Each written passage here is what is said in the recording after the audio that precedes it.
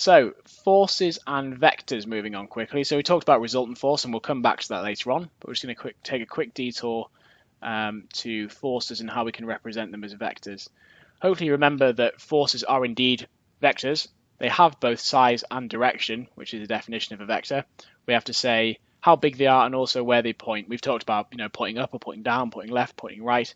So forces do have a sense of direction. We can represent forces with I and J notation, like we talked about in pure maths. So we see I's and J's, which tells us the direction and also the magnitude of a force. And we can add vectors together to find a resultant force. So let's say we've got an object, and we've got two forces acting on it. How do we find the resultant force? Hopefully you remember this vector notation. This means 5i plus 2j means kind of like 5 units to the right and 2 units upwards. So the force kind of points in that direction. We can also figure out how big it is as well by taking the magnitude of this vector. I'll not go over that now. That's all covered in the pure maths topic in the first module in AS Maths. I think it's the last chapter, we talk about vectors. We talk about how to find the magnitude and the direction they point in. But how do we find the resultant force? Well, to find the resultant force, we can actually just add them together. We can do F1 plus F2. Now, when we add them together, we add the i's together and we add the j's together. So the i's, we add the 5 and the minus 1. That leaves us with 4. And we add the 2 and the minus 6, which leaves us with minus 4.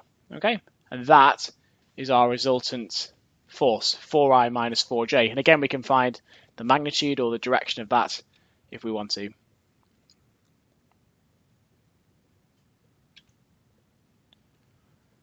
So, what if I added a third force, F3? Now what we're going to say is that when all these three forces act on this object, the object stays in equilibrium. Now equilibrium means that the object is stationary, it doesn't move, it's not accelerating in any direction, it stays still basically. If the object's stationary and it's not going anywhere, the resultant force must be 0. Okay? So that's Newton's first law. If there's no resultant force acting on something, it'll stay at its current velocity. So to keep it at its current velocity of 0, we need to apply 0 resultant force to it. Now we know the first two forces sum to give us 4i minus 4j. So how big does this third force need to be to keep this object in equilibrium? Well, for equilibrium, all the forces must add up to 0 to give us 0 resultant force.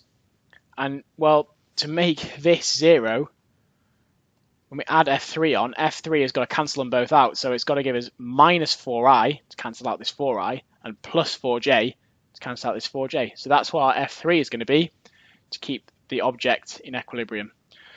They're the kind of questions you can get asked quite often. Normally finding a missing force to make sure an object stays in equilibrium is quite a common type of question you see come up.